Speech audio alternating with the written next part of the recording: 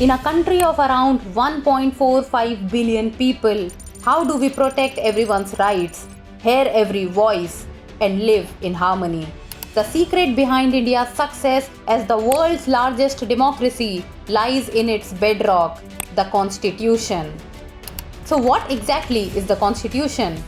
Simply put, it's the fundamental set of rules that defines how a country should operate.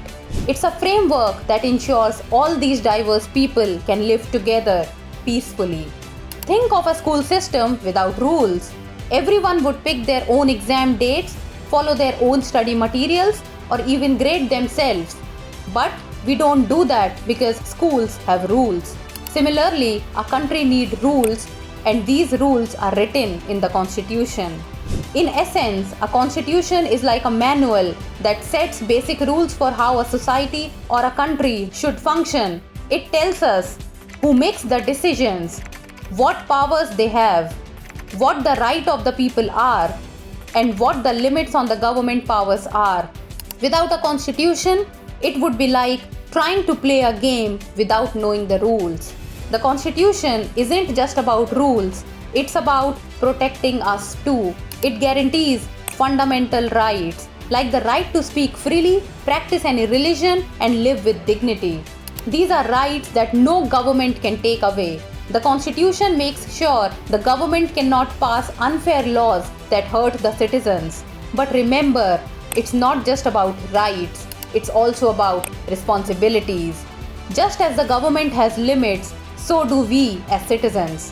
For example, while we have freedom of speech under Article 19, this right comes with reasonable restrictions. We must ensure that our actions do not harm public order or morality. It is important to know that the Indian Constitution wasn't written overnight. It took almost 2 years, 11 months and 18 days and the hard work of 299 members in the Constituent Assembly. Dr. B.R. Ambedkar, also known as the architect of the Constitution, chaired the drafting committee. They didn't just write a set of rules, they envisioned a country where fairness, equality, and justice would be accessible to all. The process of drafting the Constitution involved extensive debates and discussions. The Assembly took inspiration from other constitutions worldwide, including the British Constitution's rule of law, the directive principles from the Irish Constitution, the judicial review from the US Constitution, and many more. This blending of ideas helped shape a document suited to India's unique needs and challenges. Think of it like building a house. You don't just throw bricks together and hope it stands. You carefully design the structure, ensuring the foundation is strong enough to last. That's exactly what the framers of the Constitution did. They built a system that could stand the test of time. In today's fast-paced world, you might wonder, why does the Constitution matter? It's more relevant than ever, protecting our rights in a constantly changing world.